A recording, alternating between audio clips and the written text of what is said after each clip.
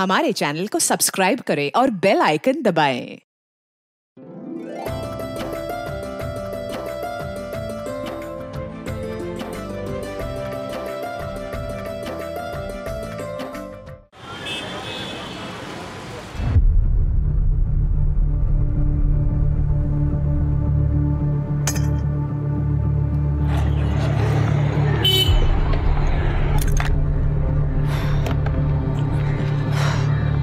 कैसी हो अम्मा? हाँ मैं ठीक हूँ, आप कैसे बच्चा? बस मैं ठीक हूँ। ये देखो आपके लिए गरम गरम पूरी लाई है, अभी खा लो, आप नाश्ता कर लो, ठीक है? हाँ ठीक है। ठीक है बच्चा तू मेरा कितना ध्यान रखती है बेटा। अच्छा मुझे कोई काम से जाना है तो मैं आती हूँ, फिर आपसे आके मिलती हूँ। खा लेना ये नाश्ता। बेटा संभल के जाना।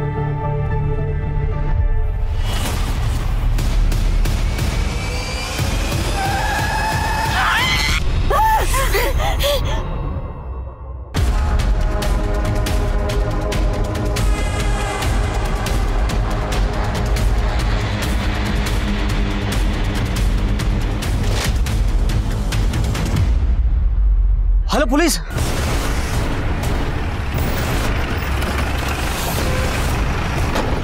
पीछे हो जाइए, पीछे हो जाइए। पूजा जरा चेक करो सर, जरा सामान चेक करो।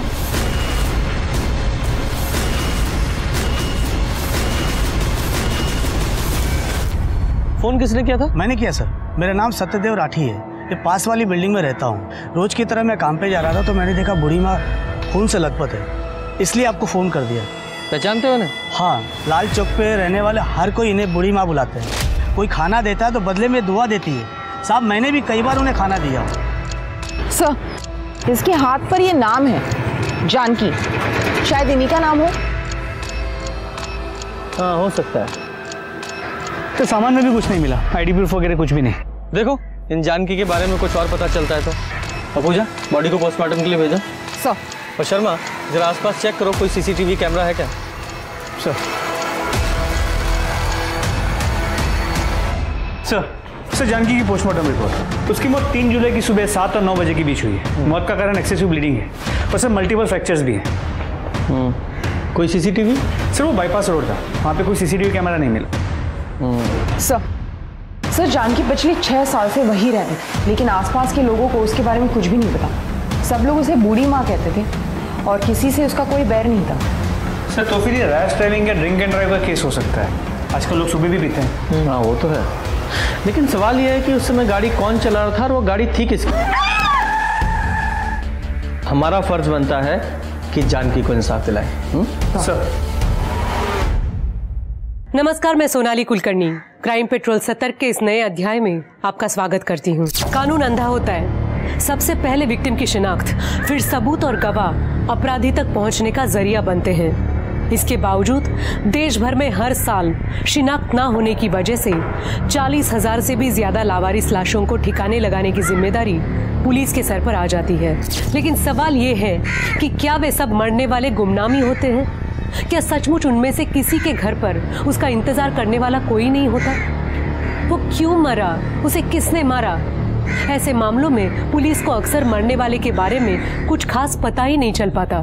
एक्सीडेंट में एक गुमनाम बुजुर्ग महिला की मौत का यह अनयूजुअल केस भी शुरुआत में ऐसा ही लग रहा था, लेकिन जब इसकी कड़ियां खुलनी शुरू हुई तो एक घिनौना अपराध उजागर हो गया। एक ऐसा अपराध जिससे हर बाप अपनी बेटी को बचा कर रखना चाहेगा।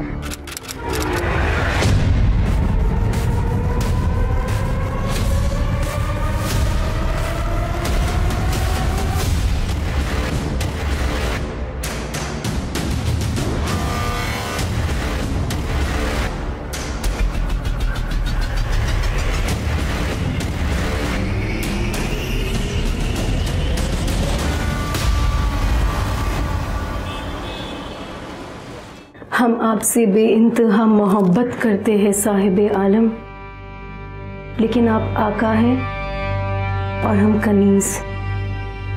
हमारी इन आंखों से हमारे ख्वाब मत छीनिए शहजादे, हम मर जाएंगे।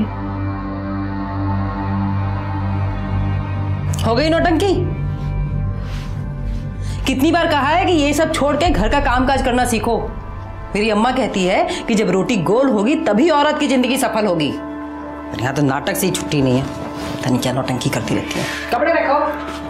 अरे माँ, जमाना बदल गया है। अच्छा, आजकल सिर्फ लड़कियां चूल्हा चौका नहीं कर रही है, देश भी संभाल रही है। तुम तो बेटा ना बस घर संभाल लो, उतना ही बहुत है मेरे लिए। अरे घर क्यों संभालेगी भाई, यार इसी गुड़िया है हमारी, सितारा बन के चमकेगी। हैं? आओ इधर। और सितारा अगर चूल्हा चौके के सामने बैठेगा तो काला नहीं पड़ जाएगा? तुम्हारी माँ की तरह। उड़ा लो, वो मजाक उड़ा लो मेरा। बढ़िया है। रागिनी जल्दी चलो, देर हो जाएगी हमें। हाँ, मैं देर से आऊंगी। कुछ करिए, कहाँ जा रही है?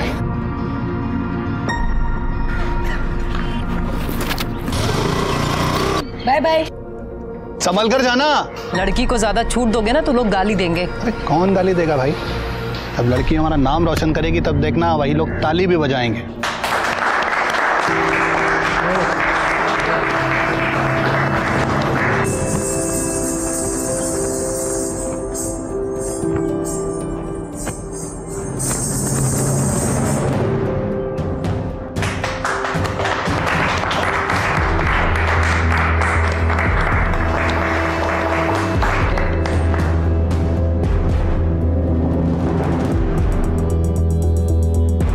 और इस प्रतियोगिता के विजेता है रागिनी शर्मा। और मैं रागिनी जी से अनुरोध करूंगा वो मंच पर आकर अपना पुरस्कार ग्रहण करें।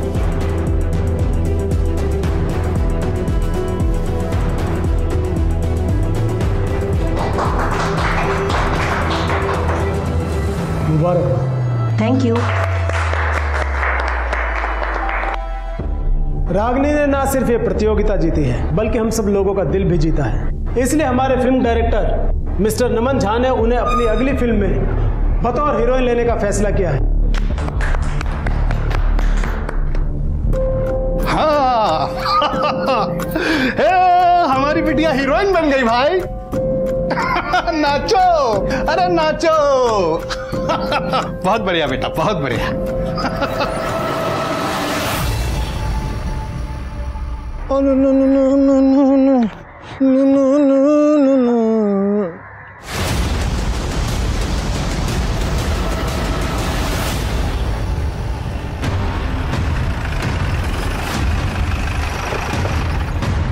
आइए साहब। पूजा जरा चेक करो सर, जरा आसपास चेक करो तुम लोग। इस लड़की की बॉडी का कैसे पता चला?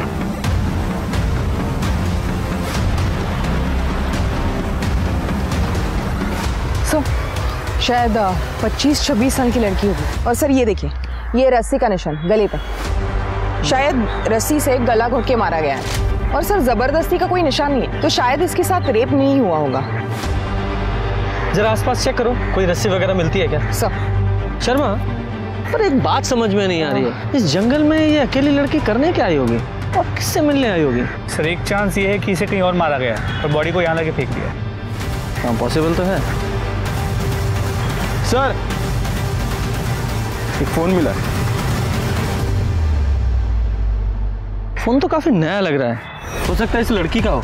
इसे लैब में भेजो और चेक करो, देखो क्या मिलता है इसमें। पूजा बॉडी को पोस्टमार्टम के लिए भेजो।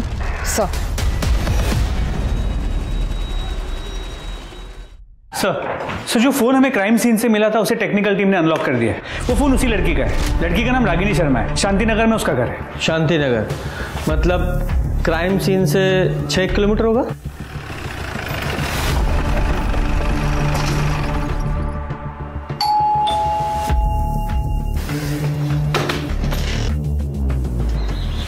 खुला?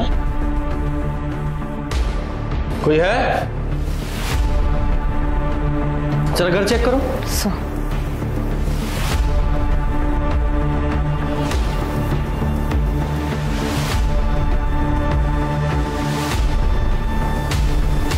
सर कोई नहीं है। सर अंदर कमरे में अलमारी खुली हुई है, सामान यहाँ वहाँ पड़ा हुआ है, लगता है मामला चोरी का है। चोरी यहाँ हुई और रागिनी की लाश हमें यहाँ से 6 किलोमीटर दूर वहाँ जंगल में मिली। सर हो सकता है ये 2 अलग अलग लोगों का काम हो। सर मुझे लगता है कि मर्डर यहाँ किया गया है और बॉडी को डंप वहाँ कर दिया गया। हाँ हो सकता है, पॉसिबल है। सर डैमेज फ़ोन मिला है। फ़ोन को लैब में भेजो और इसका डेटा रिकवर करवाओ। फॉरेंसिक टीम को बुलाओ और पूरे घर से फिंगरप्रिंट्स उठवाओ।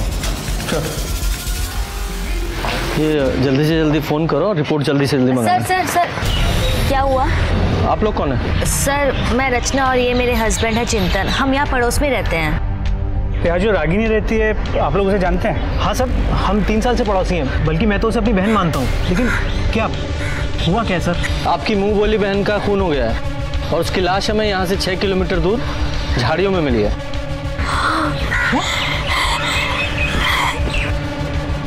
अच्छा एक बात बताइए, आप रागिनी से आखिरी बार कब मिले थे? सर अभी 3 दिन पहले मिले थे। बिना किसी सहारे के तुम अपने पैरों पर खड़ी हो रागिनी, ये हमारे लिए गर्व की बात है। हमें खुशी होगी अगर तुम हमारी पार्टी में महिला विभाग की कार्यकर्ता के रूप में शामिल हो जाओगी। जरूर सरस्वती जी। ये हमारी कार्यकर्ता है सुषमा जी और लता जी, और ये हमारा बेटा लोकेश, और ये हमारी होने वाली बहू अंजलि। हेलो। हाय। और लोकेश की होने वाली पत्नी अंजलि। इनका स्वागत करो। जी मम्मी जी।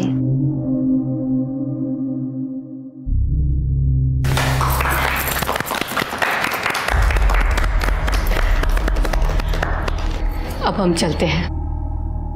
चलो।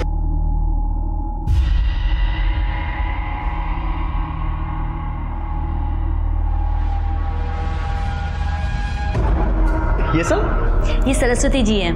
रागिनी को अपने जन जीवन पार्टी में आने का मौका दे रही हैं। अरे वाह, मुबारक हो। ओ हेलो, कहाँ खोई हुई हो बहना?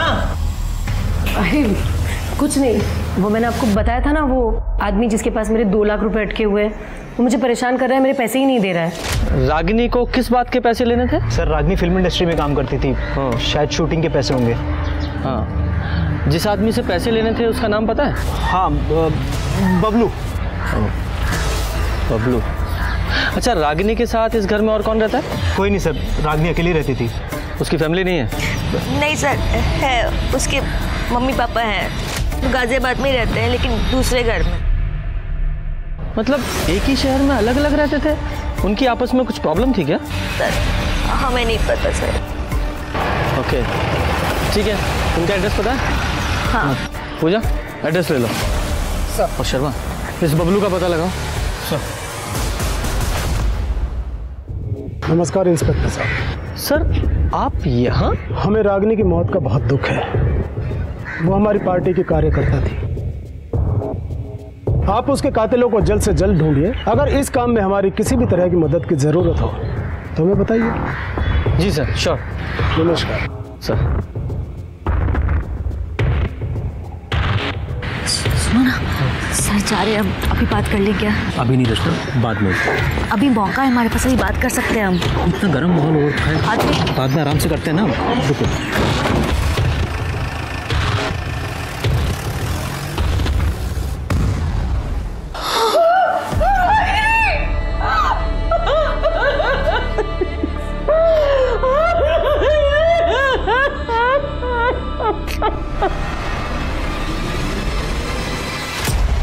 आपकी बेटी से आपकी आखिरी बार बात कब हुई थी?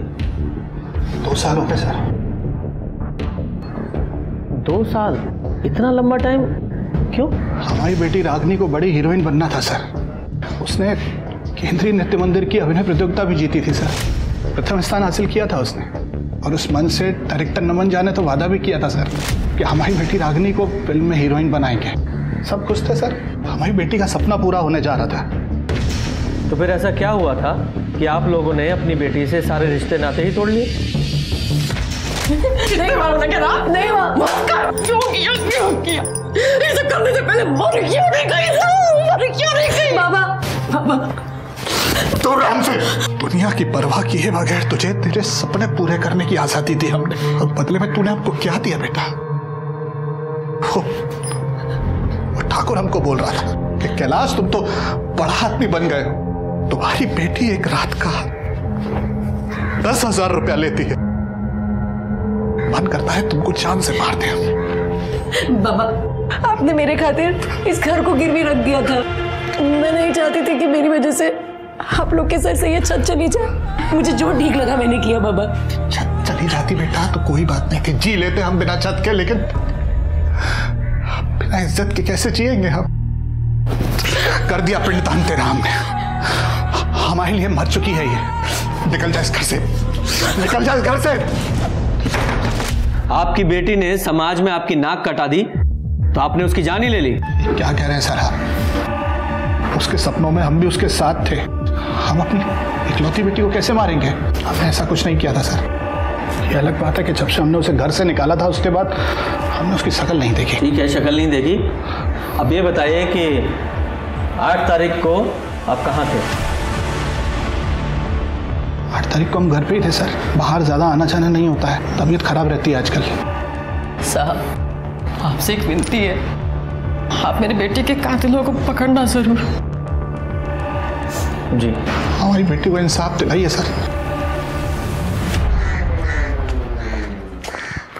सर, रागिनी के कॉल रिकॉर्ड्स, इसके मुताबिक उसकी सबसे ज्यादा बातें 2 लोगों से होती थी। एक उसकी नेबर रचना, दूसरा बबलू दुबे। ये वही बबलू दुबे तो नहीं है जिसके बारे में चिंतन ने बताया था? सर लगता तो ऐसे ही। करता क्या है ये? लड़कियों की दलाली करता है। मतलब ये बात कंफर्म है कि रागिनी प्रोस्टिट्यूशन के बिजनेस में थी? जी सर, अब तक की इन्वेस्टिगेशन में तो यही बात सामने आई है। इस बबलू का बैकग्राउंड चेक किया सर, इसका क्रिमिनल रिकॉर्ड है, रेप केस में अंदर जा चुका है। फिर रागिनी ने इसे 2 लाख रुपए भी दे रखे थे और इसका क्रिमिनल रिकॉर्ड भी है। इसकी सर्च कहाँ तक पहुंची? सर उसका फोन अभी बंद है। उसकी मोबाइल की लास्ट लोकेशन मेरठ की। शर्मा, मेरठ, गाजियाबाद, किसी भी बिल में छुपा हो ढूंढो से। सर सर रागिनी की पोस्टमार्टम रिपोर्ट, इस रिपोर्ट के हिसाब से रागिनी की मौत 8 अक्टूबर को शाम 5 से 7 बजे के बीच हुई। पहले उसे बेहोश किया गया और फिर रस्सी से गला घोंट के मारा गया, और जब रागिनी की मौत हुई तब वो 3 महीने प्रेग्नेंट थी। क्या? हाँ सर। सर रागिनी प्रोस्टिट्यूशन में थी। ये बच्चा शायद उसके किसी कस्टमर का हो। नहीं पूजा, मुझे तो ऐसा नहीं लगता, क्योंकि जो भी औरतें इस प्रोस्टिट्यूशन के बिजनेस में होती हैं बहुत सतर्क होती हैं, सेफ्टी का ध्यान रखती हैं। ऐसा हो सकता है कि रागिनी का कोई बॉयफ्रेंड हो, वो उससे प्रेग्नेंट हुई हो और फिर रागिनी ने शादी के लिए उस बॉयफ्रेंड पर दबाव डाला, उसने इनकार किया और मार डाला। सर हो सकता है उसका कोई रेगुलर कस्टमर हो, ये बच्चा उसी का हो और ये रागिनी उस कस्टमर को ब्लैकमेल कर रही हो, इसलिए उसने रागिनी को मार दिया होगा। अब ये पॉसिबिलिटीज तो बहुत सारी हैं। रागिनी से जुड़े जितने भी लोग हैं सबकी डिटेल्स निकालो, और ये चिंतन और रचना, उससे भी पूछताछ करनी है। हो सकता है सर, रागिनी का बॉयफ्रेंड उससे अक्सर मिलने आया करता था। लंबा चौड़ा लड़का था, करीब 6 फीट का, बाइक से आता था। बाइक का नंबर याद है? नहीं सर, नंबर तो नहीं याद, लेकिन सर वो हेलमेट पहन के आता था और बिना हेलमेट उतारे अंदर चला जाता था। उसके हेलमेट में ना कुछ स्टिकर सा बना हुआ था, बैलगाड़ी का। बैलगाड़ी? जी, मैंने उससे एक बार पूछा भी था।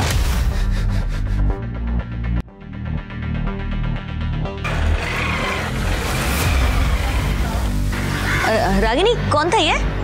भाभी वो मेरा बॉयफ्रेंड है। क्या नाम है इसका? नाम में क्या रखा है आपको मिलवा ही दूंगी, ना शादी के दिन मिल लेना। ये रागिनी ने लड़के का नाम क्या बताया था? सर उसने नाम तो कभी बताया नहीं। ठीक है, पूजा अगर कब पूछेंगे? अभी नहीं, बाद में करते ना। अरे कुछ कहना चाहती हो? मैंने उस दिन भी नोटिस किया तुम कुछ कहने की कोशिश कर रही थी।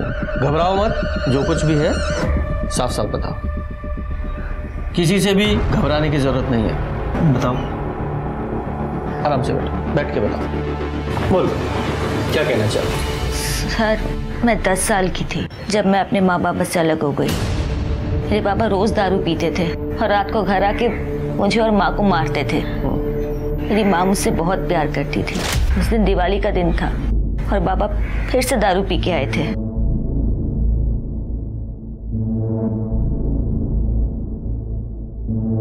रचना, रचना बेटा एक काम कर, तू चाचा के घर चली जा और आज रात वहीं रुकना, ठीक है?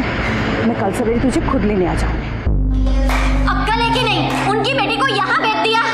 मैंने कोई ठेका लेके रखा है क्या सबको खिलाने का? धीरे बोलो, धीरे, बच्चे यहीं पे हैं, सुन लेंगे तो उनपे क्या असर पड़ेगा। और वैसे भी भैया की बेटी है वो। भैया की बेटी है तो क्या मैं डरती हूँ? भैया की बेटी है तो उनको बोलो उनकी बेटी को खिलाए। एक तो घर में मिठाई कम आती है, तो मैं अपनी बेटी को खिलाऊं या फिर उनकी बेटी को? हाँ देखो, आज के आज इसको यहाँ से भगा दो, समझे? मैं वहाँ से निकली और रोते रोते एक टेम्पो में जाके सो गई। जब आँख खुली तो मैं दिल्ली में थी। मैं बहुत डर गई थी। वहाँ मैंने एक आदमी को बोला कि मैं कानपुर से हूँ, तो उसने मुझे एक ट्रेन में बिठा दिया। स्टेशन पहुँची तो मैं पटना में थी। वहाँ एक आदमी मुझे अपने घर ले गया और अपनी फैमिली के साथ मुझे नौकरानी बना के रखने लगा। फिर एक दिन मुझे वहाँ से भी निकाल दिया। वहाँ से निकल के फिर एक NGO में गई। वहाँ मैंने 12th तक पढ़ाई की और ये मुझे वहीं मिले थे। हम लोगों ने शादी कर ली। लेकिन सर, मुझे मेरी माँ की बहुत याद आती है। मुझे ऐसा लगता है कि मेरी माँ मुझे ढूंढ रही है। तो फिर तुमने अपने माँ बाप को ढूंढने की कोशिश क्यों नहीं की? मैडम, मुझे मेरा घर नहीं याद। मुझे बस इतना याद है कि हम कानपुर में रहते थे और हमारा घर स्टेशन के पास था और मेरे बाबा रिक्शा चलाया करते थे। सर, आप मेरी माँ को ढूंढेंगे ना सर? Please sir. हम आपके माँ बाप को ढूंढने की पूरी कोशिश करेंगे। आप बिल्कुल चिंता मत कीजिए, रिलैक्स। पूजा, एक टीम इनकी फैमिली को ढूंढने के लिए लगाओ। जी sir. Sir, 1 minute. Hello sir, Bablu का पता चल गया है। वो मेरठ में प्लाजा लॉज में रुका हुआ है। सब आपने मुझे मुंह बंद रखने के लिए कहा था, तो पैसों का वजन भी ज्यादा होना चाहिए ना। अब पुलिस मुझे कुत्ते की तरह ढूंढ रही है। अगर मैं पकड़ा गया तो सब कुछ उल्टी कर दूंगा।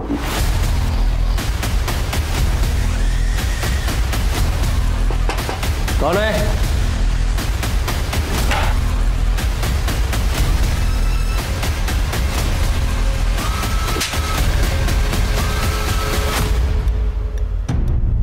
रागिनी को क्यों मारा? सब मैंने नहीं मारा रागिनी को। सब मैं क्यों?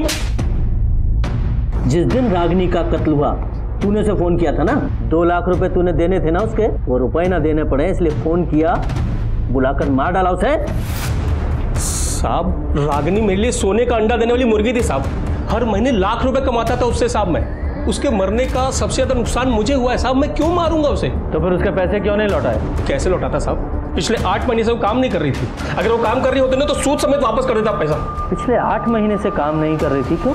साहब, हो सकता है किसी लड़के के प्यार में पड़ी हो। हमारी लाइन में होता है साहब ये सब। जब वो पिछले 8 महीने से काम ही नहीं कर रही थी तो तूने फोन क्यों किया उसे? सब रागिनी के लिए एक कस्टमर की पर्सनल डिमांड आई थी साहब, और पैसे भी अच्छे मिल रहे थे इसलिए फोन करना पड़ा साहब। अरे रागिनी को छोड़ो साहब, मेरे पास एक से एक लड़कियां हैं, उससे भी अच्छी देता हूँ आपको। रागिनी चाहिए, कर सकता है तो बोल। कोशिश करता हूँ साहब, लेकिन पैसे ज़्यादा लगेंगे। हाँ, ऐसा जितना तू बोले फिर हो जाएगा काम। साहब, मुझे मालूम था कि वो मना ही करने वाली है, लेकिन साहब फिर भी मैंने उससे फ़ोन किया। देख बबलू, मैंने पहले ही बोला मैंने काम छोड़ दिया है। अरे एक रात का 2 लाख रुपए दे रहा है। ठीक है, हाँ बोल दे। कितने बजे जाना है? सब 5 बजे रागिनी पिकअप पॉइंट पे मिलने वाली थी। वहाँ से वो कस्टमर के साथ आगे जाने वाली थी साहब। रागिनी ने हाँ बोला और मैंने उनकी बुकिंग होटल डिसेंट में करवा दी थी साहब। कस्टमर कौन था?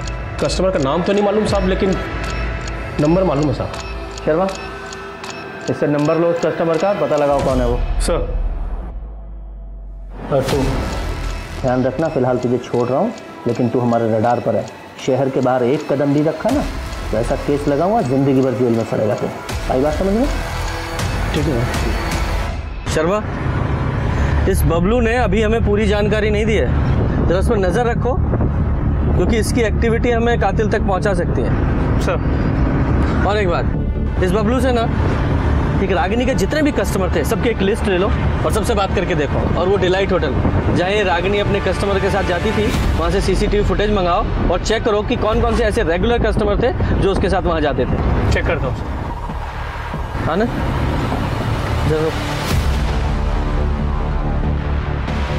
शर्मा, जब भी इस रोड से गुजरता हूँ मुझे वो बुढ़िया माँ थी ना जानकी, उसका वो दर्दनाक हादसा याद आता है। हमें उस केस को कोल्ड केस बना के नहीं रखना है। तुमने बताया था ना उस केस का एक चश्मदीद गवाह, वो लड़का जो फील बेचता था, वो तब से गायब है। पता लगाओ कहाँ है वो? सर, खबरियों ने बताया कि उसे MG रोड पे देखा गया है। MG रोड पे? जरा ढूंढो उसे। सर, जो नंबर बबलू ने बताया था वो इसका है। नाम क्या है तुम्हारा? बाकेला चौधरी। 8 तारीख को मेरा मोबाइल चोरी हुआ था सर, और मैंने कंप्लेंट भी लिखाई थी। ठीक है, तुम जाओ। होटल डीसेंट में पूछताछ की।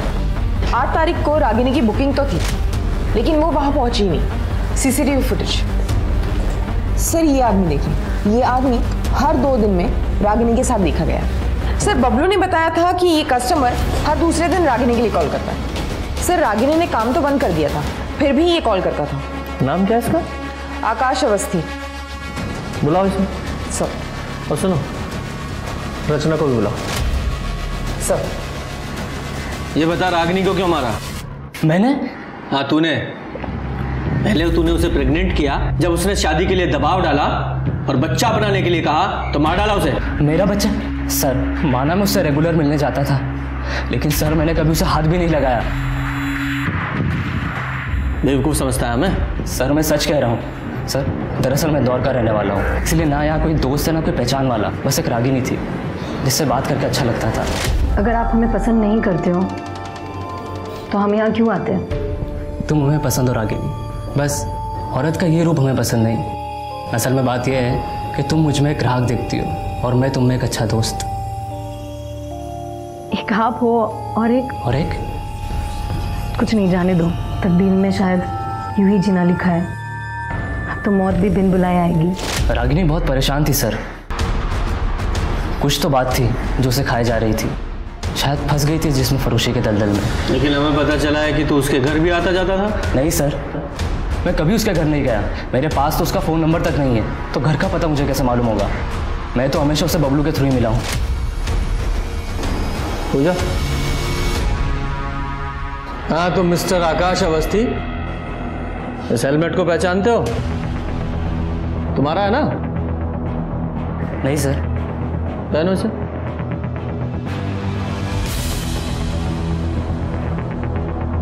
रचना घूम जाओ।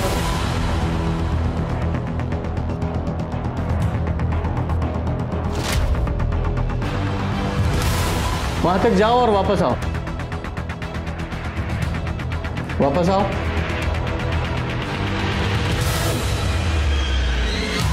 सर शायद ये वो नहीं है। ठीक है, हेलमेट उतार दो। सिंह लेके जाओ। जी सर। और हाँ, बिना बताए शहर छोड़कर नहीं जाओगे तुम। जी सर। सर मेरी माँ का कुछ पता चला क्या?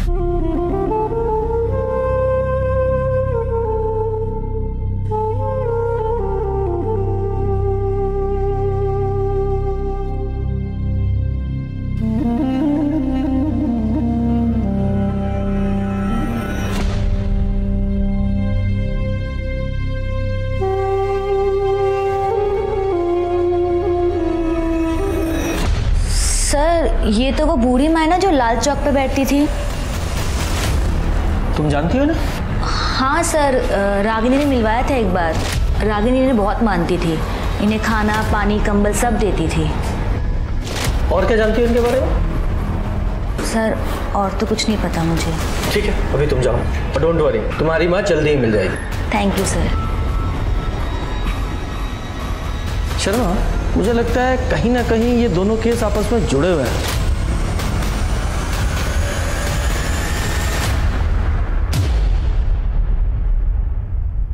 हर मुमकिन कोशिश के बावजूद असली कातिल पुलिस के हाथ नहीं आ रहा था। 3 महीने पहले जिस जानकी की रोड एक्सीडेंट में मौत हुई थी, रागिनी उस बूढ़ी माँ की हर तरह से सेवा करती आई थी। तो क्या जानकी के साथ हुए हादसे की कोई कड़ी रागिनी मर्डर से भी जुड़ी हुई थी? रागिनी के मर्डर के 2 हफ्ते बाद भी हत्यारा पुलिस की गिरफ्त से कोसों दूर था। फिर एक दिन पुलिस के हाथ एक ऐसा पुख्ता सबूत लग गया जो कि इस केस में एक नया मोड़ ले आया। सर, रागिनी के घर से जो फोन मिला था उसका डेटा रिकवर हो गया। ये देखिए।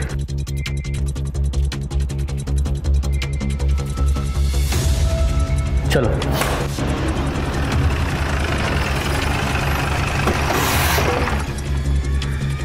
ये देखिए सर।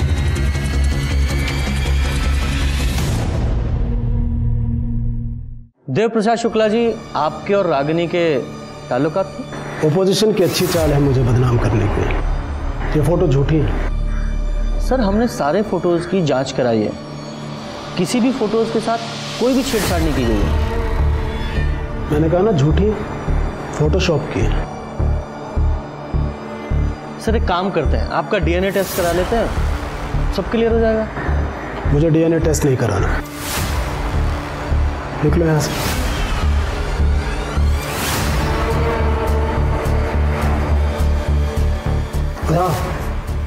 इंस्पेक्टर, तुमने वो हाथी और चींटी वाली कहानी सुनी है ना?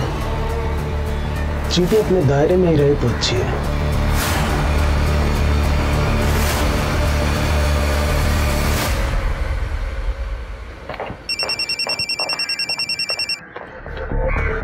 शर्मा एक मिनट। जैन सर जी, सॉरी सर जी, ध्यान रखूंगा। जैन सर, क्या हुआ सर? कुछ नहीं। इस देव प्रसाद शुक्ला के खिलाफ हम सिर्फ इन फोटोग्राफ्स के आधार पर कार्रवाई नहीं कर सकते। हमें इसके गिरबान तक पहुंचने के लिए कुछ और पुख्ता सबूत चाहिए। शर्मा, तुम्हें याद है रागिनी के फादर ने हमें बताया था कि रागिनी को एक डायरेक्टर ने फिल्म ऑफर की थी। क्या नाम था उस डायरेक्टर का? नमन झा। नमन झा, बात करो उससे और पता करो कि क्या हुआ था उस कार्यक्रम में, क्योंकि उस कार्यक्रम में ये देव प्रसाद शुक्ला और उसकी पत्नी दोनों शामिल थे। और हो ना हो, मुझे लगता है कि इस सारे चक्रव्यूह की शुरुआत उसी प्रतियोगिता से हुई है। सर, उस प्रोड्यूसर नमन झा से बात हुई। वो इस वक्त लंदन में अपनी फिल्म की शूटिंग कर रहा है। उसने कहा कि देव प्रसाद शुक्ला के कहने पे उसने रागिनी को फिल्म तो ऑफर की थी, लेकिन ना वो कभी रागिनी को मिला है, ना उसके बारे में कुछ जानता है। सर एक और बात, ये रागिनी जिस घर में रहती थी वो उसी के नाम पर रजिस्टर्ड है। 40 लाख की प्रॉपर्टी कैश दे के खरीदी। 40 लाख रुपए कैश दे के खरीदा? मुझे नहीं लगता कि रागिनी के पास इतना पैसा होगा। हो ना हो ये देव प्रसाद शुक्ला, इसका इस मर्डर में जरूर हाथ है। ये देव प्रसाद शुक्ला और उसके आदमियों पर नजर रखो और साथ ही साथ बबलू पे। एक मिनट सर। हेलो, ठीक है, मैं पहुंचती हूँ। सर कानपुर में रचना की माँ जिस मोहल्ले में रहती थी उसका पता चल गया। वेरी गुड, काम करो, तुम वहां के लिए निकलो। सर। और शर्मा, तुम ये बबलू पर नजर रखो। सर। पुलिस हर मुमकिन कोशिश कर रही थी, लेकिन एक तरफ रचना की मां को ढूंढना आसान नहीं था, तो दूसरी तरफ रागिनी मर्डर केस में भी पुलिस कई अनसुलझे सवालों से जूझ रही थी। रागिनी के घर आने वाला उसका बॉयफ्रेंड आखिर कौन था? देव प्रसाद शुक्ला के साथ रागिनी के क्या संबंध थे? और सबसे बड़ा सवाल, रागिनी जिस्म फरोशी के उस जाल में आखिर कैसे फंसी? ये लो, ये पिटीशन है, साइन करा देना। सर हमने सभी सस्पेक्ट्स पे नजर रखी थी। सर ये कुछ फुटेजेस देखिए। सर ये आजाद नगर के पार्किंग लॉट की फुटेज है। यहाँ पर बबलू, ये देखिए, इससे पैसे ले रहा है और पैसे लेके चला गया। पर सर यही आदमी रागिनी के मर्डर से एक दिन पहले उसके घर के आसपास मंडराता हुआ नजर आ रहा है। ये तो देव प्रसाद का बॉडीगार्ड है। क्या नाम है इसका? सर ओम प्रकाश। लेके आओ इसे।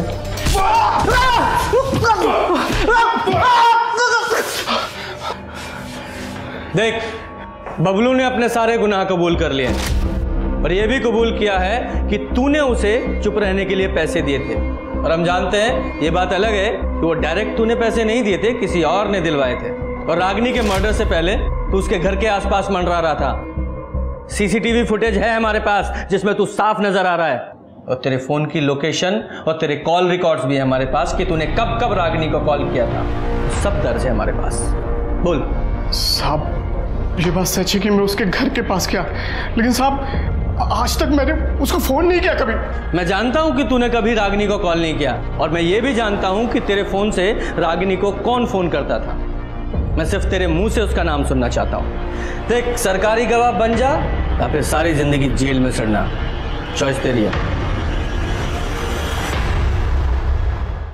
हाथी और चींटी की कहानी सुनी है मैंने शुक्ला जी, और यह भी सुना है कि चींटी अगर एक बार हाथी के कान में चली जाए तो उसे तांडव करवा देती है। अब मुद्दे की बात शुरू करें। मैंने ही रागिनी को फिल्म दिलाने के लिए नमन से बात की थी। सर, उन्होंने मुझे अपनी फिल्म में हीरोइन बनाने का वादा किया था। उनका एक आदमी सुरेश एक हफ्ते पहले मुझे गाजियाबाद में मिला। अरे मैडम, अगर फसल उगानी है तो बीज तो बोना ही पड़ेगा। 4 लाख रुपए खर्च होंगे, कॉस्ट्यूम का, ऑडिशन का, पोर्टफोलियो का, शोरील का। मैडम बहुत पैसा खर्च होता है। काम निकालने के लिए चाय पानी सब करना पड़ता है। अब जब 4 लाख रुपए इकट्ठे हो जाए ना, मुझे फ़ोन कर देना। पर इतना श्योर है कि काम दिलाने की गारंटी मेरी है। मेरे बाबा ने 4 लाख रुपए ब्याज पे लिए थे और वो सारे रुपए मैंने सुरेश को दे दिए। अब 4 दिन से वो मेरा फ़ोन नहीं उठा रहा है। मुझे समझ में नहीं आ रहा है अब मैं क्या करूँ, क्या बोलूँ बाबा को।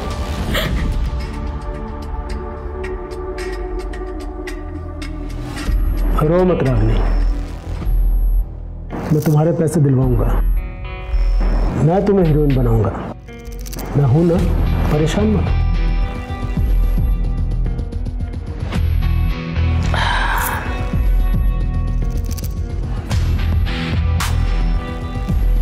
मैं नमन से बात कर लूंगा,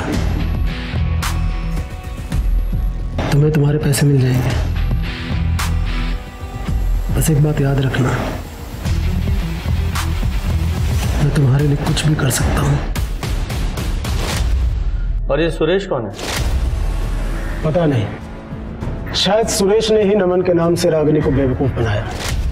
मैंने उसे ढूंढने की बहुत कोशिश की लेकिन वो मिला नहीं। फिर मुझे पता चला कि रागिनी प्रोस्टिट्यूशन के बिजनेस में आ गई। एक दिन मैंने उसे कॉल करके कहा कि मैं तुम्हें घर लेकर देता हूँ, तुम्हारा खर्चा उठाता हूँ, तुम्हें धंधा छोड़ दो और मेरे साथ रहो। तो मान गई। पिछले 6 महीने से मेरे उससे कोई ताल्लुकात नहीं है। मैंने उससे सारे रिश्ते तोड़ दिए थे। तो ऐसा क्यों किया आपने?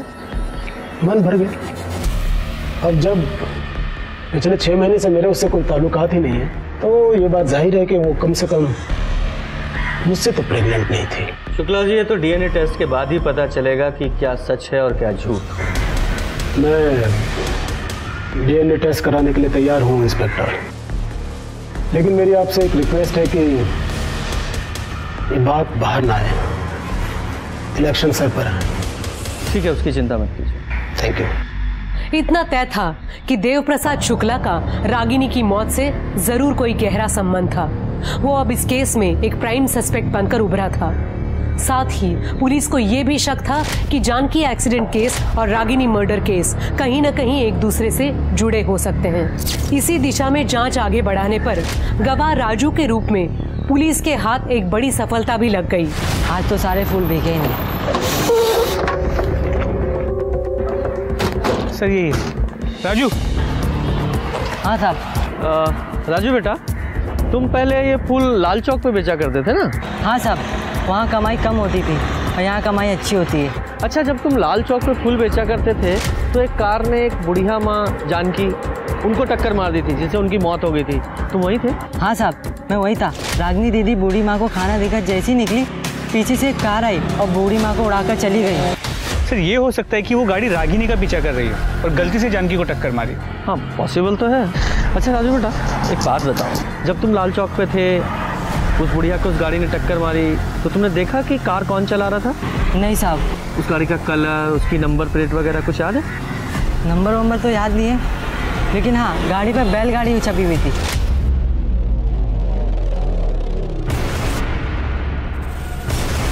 शर्मा, ये दोनों केस एक दूसरे से जुड़े हुए हैं। वो बैलगाड़ी का निशान रागिनी के बॉयफ्रेंड के हेलमेट पर भी था।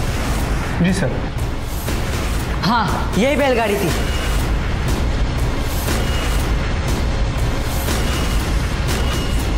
यही बैलगाड़ी थी ऐसी? हाँ साहब, यही बैलगाड़ी छपी थी उस गाड़ी पर। बैठो, चाय पे। सीसीटीवी खंगालो, सारा नाकाबंदी करो, कुछ भी करो। I want that car any how. Sir DNA report पढ़ो। सर रिपोर्ट के हिसाब से देव प्रसाद का डीएनए रागिनी के बच्चे के डीएनए से मैच करता है, लेकिन सिर्फ 25%। मतलब वो देव प्रसाद नहीं है, उसका भाई या बेटा है। लेकिन सर देव प्रसाद का कोई भाई नहीं है। मैं सच कह रहा हूं, मैंने कुछ भी नहीं किया। देख लोकेश कुमार, पुलिस की मार तू सह नहीं पाएगा, इसलिए जो भी है पूरा सच बता, वरना बाद में तेरे हलक में हाथ डाल के निकलवाऊंगा मैं। और तेरे खिलाफ बहुत सारे सबूत हैं हमारे पास। तेरी कार जिससे तूने जानकी को उड़ाया था वो बरामद हो चुकी है। रागिनी के पेट में पल रहे बच्चे का डीएनए टेस्ट कराया हमने, जो तेरे डीएनए से मैच होता है, मतलब तू उसका बाप है। तो ये हेलमेट देख रहा, तेरे घर से बरामद किया हमने। तेरा हेलमेट है ये, जिसे पहनकर तू रागिनी से मिलने जाता था। अब झूठ मत बोलना, क्योंकि गवाह है मेरे पास। और ये बैलगाड़ी का स्टिकर तेरे बाप की पॉलिटिकल पार्टी का पुराना चुनाव चिन्ह है ये बात भी हमें पता है। तो तेरी गाड़ी और हेलमेट दोनों पर है। बताता हूँ सर, सब बताता हूँ। रागिनी मेरे घर आया करती थी पापा से मिलने, तभी मैंने उसे पहली बार देखा। हमारे बीच बातचीत चालू हो गई। वो मुझे अच्छी लगती थी सर। रागिनी पापा के जाल में फंस चुकी थी, ये बात मैं जानता था, इसलिए मैं उससे छुप छुप के मिलने लगा। और एक दिन लाल चौक पर रागिनी का पीछा करते करते मैंने गलती से एक बुजुर्ग महिला के ऊपर गाड़ी चढ़ा दी। बाद में जब मुझे पता चला कि रागिनी और पापा के बीच सारे रिश्ते ख़त्म हो चुके हैं, तो हम फिर मिलने लग गए, बातें करने लग गए। हमारे बीच की दूरियां धीरे धीरे कम हो गई, हम और नज़दीक आ गए। लेकिन एक दिन अंजलि ने मुझे और रागिनी को एक साथ देख लिया। उसे हमारे रिश्ते के बारे में पता चल गया। फिर मैंने अंजलि को वादा किया कि मैं रागिनी को अब फिर कभी नहीं मिलूंगा। ये अंजलि कौन है? सर, उससे मेरी शादी तय हुई थी और उसके बाद मैंने रागिनी से बात करना बंद कर दिया। फिर एक दिन रागिनी ने बताया कि वो प्रेग्नेंट है। मैं बच्चा नहीं गिराऊंगी। शादी कर रहा है ना तू? मैं भी देखती हूँ उस अंजलि के साथ तू कैसे शादी करता है। शादी तो मैं करूंगा और तू कुछ कर नहीं पाएगी। निकल मेरे घर से, गेट लॉस्ट। रागिनी, अगर ये बात यहाँ से बाहर निकली ना तो तेरे लिए अच्छा नहीं होगा। निकल। और जब रागिनी ने एबॉर्शन कराने से इनकार कर दिया और तुझे एक्सपोज करने की धमकी दी तो मार डाला उसे? नहीं सर, हाँ मैं गुस्से में था, लेकिन मैंने उसको मारा नहीं है सर। सर, ये देखिए,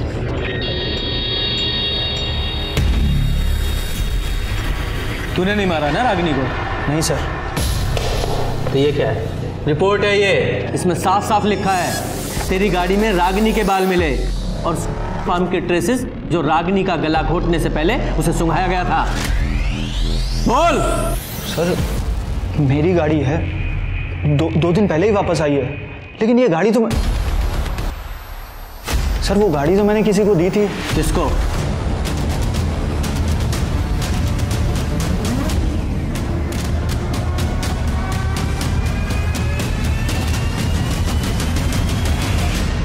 तो मैडम अंजलि, तो शुरू से बताओ, बोलो बोलो। सब लोकेश और रागिनी को रंगे हाथों पकड़ लिया था। लोकेश ने मुझे प्रॉमिस किया था वो उससे कभी नहीं मिलेगा, लेकिन फिर भी वो उससे मिलने गया। मैंने उसका पीछा किया, वो रागिनी के घर के अंदर चला गया, मैं वहीं खड़ी थी। कुछ देर बाद वो वापस आया।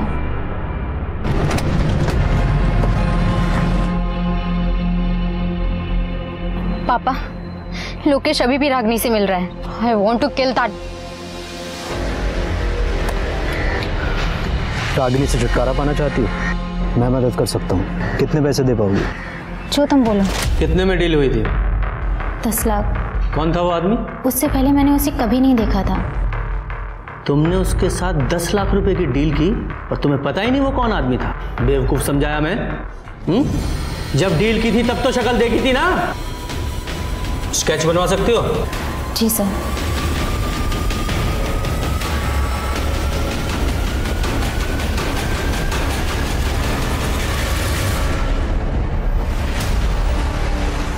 ये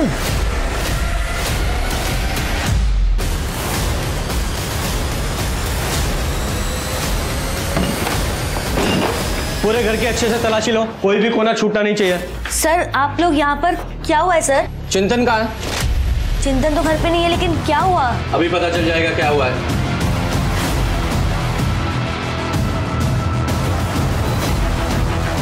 सर, ये कैश मिला, रखो। ये पैसे किसके हैं? सर, मुझे नहीं पता ये कहाँ से आया। ये ज्वेलरी मिला है। इतनी सारी ज्वेलरी किसकी है? नहीं सर, ये मेरे नहीं है। मैं बताता हूँ किसके हैं। ये गहने रागिनी के हैं। और ये पैसे देख रही हो? ये पैसे रागिनी को मारने की कीमत। तुम्हारे पति चिंतन ने रागिनी को मारने की सुपारी ली थी। सर, आप ये क्या बात कर रहे हैं? कहीं तुम भी तो इसमें शामिल नहीं हो?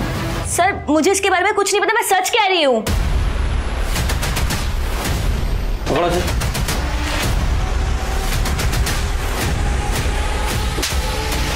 रागिनी को क्यों मारा तूने? तू तो उसे बहन मानता था ना?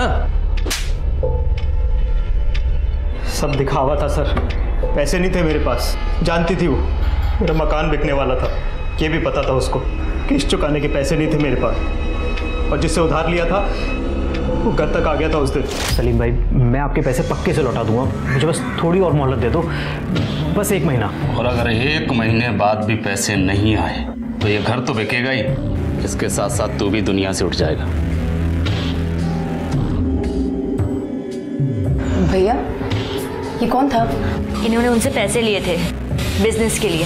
बिजनेस तो डूब गया, अब अगर पैसे नहीं लौटा पाए तो जान से मारने की धमकी दे रहे हैं। रागिनी, तेरे पास कुछ पैसे हो तो मैं लौटा दूंगा। भैया सच में मेरे पास कुछ भी नहीं है। 1 से आने वाले थे लेकिन वो भी अटके पड़े हैं। झूठ बोल रही थी वो। मिस्टर शुक्ला साहब के बहुत एहसान थे उस पर। लोकेश का भी उसके घर पे आना जाना था, पैसे तो थे उसके पास। उस दिन जब लोकेश उसके घर पे आया तो मैंने खिड़की से उन दोनों की बातें सुन ली। रागिनी के घर से बाहर निकला और अपनी गाड़ी में बैठकर जैसे ही निकला, मुझे अंजलि की आवाज़ सुनाई दी। वो फ़ोन पर रागिनी को मारने की बात कर रही थी। मुझे पैसा कमाने का जरिया नज़र आया और मैंने जाके अंजलि से बात की। कितने पैसे दे पाओगे? जो तुम बोलो। 10 लाख। उसके बाद सर मैंने एक आदमी का फ़ोन चोरी किया और उसी फ़ोन से बबलू को फ़ोन लगाया और रागिनी को बुक करने के लिए बोला। रागिनी मेरी बताई जगह पर ठीक टाइम पे पहुंच गई। और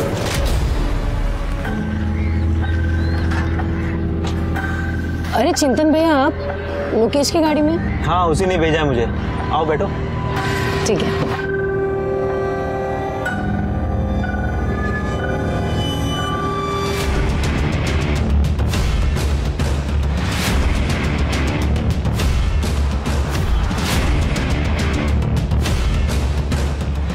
मेरा लालच बढ़ गया था सर। रागिनी को मारने के बाद मैंने उसके पर्स से उसके घर की चाबी निकाली और उसके घर जाकर अलमारी से सारे गहने और पैसे चुरा लिए। तूने सिर्फ रागिनी का ही कत्ल नहीं किया, बल्कि भाई बहन के रिश्ते का भी कत्ल कर डाला। चिंतन को रागिनी के खून के इल्जाम में उम्र कैद की सजा सुनाई गई। वहीं रागिनी की हत्या में भागीदार अंजलि को भी गिरफ्तार कर सलाखों के पीछे भेज दिया गया। साथ ही लड़कियों को जबरदस्ती जिस्म फरोशी के दलदल में उतारने वाले देव प्रसाद शुक्ला और बबलू को भी सख्त सजा हुई। जानकी एक्सीडेंट केस में दोषी पाए जाने के बाद लोकेश को भी कड़ी सजा सुनाई गई। फाइनली केस तो खत्म हुआ? नहीं शर्मा, अभी केस खत्म नहीं हुआ है, एक बड़ा काम करना भी बाकी है।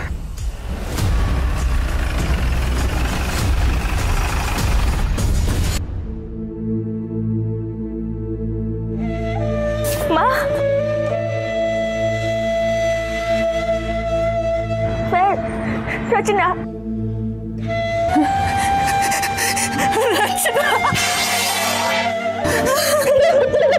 रचना मेरी बच्ची, तो कहाँ चली गई थी रचना? माँ को छोड़ के कहाँ चली गई थी? लड़कियों को भी महत्वाकांक्षा और सपनों के पंख लगाकर उड़ान भरने का उतना ही हक है जितना कि लड़कों का। लेकिन समाज में लड़कियों को अब भी उपयोग और उपभोग की वस्तु समझने वालों की कमी नहीं। ऐसे लोग बड़े शातिर तरीकों से मासूम लड़कियों को लुभाने की कोशिश करते रहते हैं। रागिनी के साथ शुक्ला और बबलू ने यही किया। लेकिन रागिनी की मौत के 3 महीने बाद पुलिस ने न सिर्फ बुजुर्ग महिला की मौत का कोल्ड केस सुलझा लिया, बल्कि इस मामले में दोषी चिंतन की पत्नी रचना को 20 साल पहले बिछड़ी उसकी मां से मिलाकर मानवता की मिसाल कायम की, जिसके लिए हमारी टीम उन्हें दिल से सलाम करती है। अपनों की बजाय गैरों पर जरूरत से ज्यादा भरोसा कितना खतरनाक साबित हो सकता है, वो रागिनी के केस को देखकर समझा जा सकता है। उसने माँ बाप को छोड़कर जिस चिंतन पर भरोसा किया, उसी ने उसे शर्मसार कर दिया। अपने परिवार में उम्र और अनुभव में बड़े और तजुर्बेकार लोगों की अहमियत को समझें और उनसे सलाह लेने में जरा भी न हिचकिचाएं। अब मैं सोनाली कुलकर्णी आपसे विदा लेती हूँ। फिर मिलेंगे क्राइम पेट्रोल सतर्क जस्टिस रिलोडेड के एक नए केस के साथ। तब तक अपना और अपने परिवार का ख्याल रखें, मास्क पहने, सोशल डिस्टेंसिंग बनाए रखें, सैनिटाइजर का इस्तेमाल करें। देखते रहें क्राइम पेट्रोल सतर्क। जय Hind. For more updates, subscribe to our channel, click the show links and enjoy watching the videos.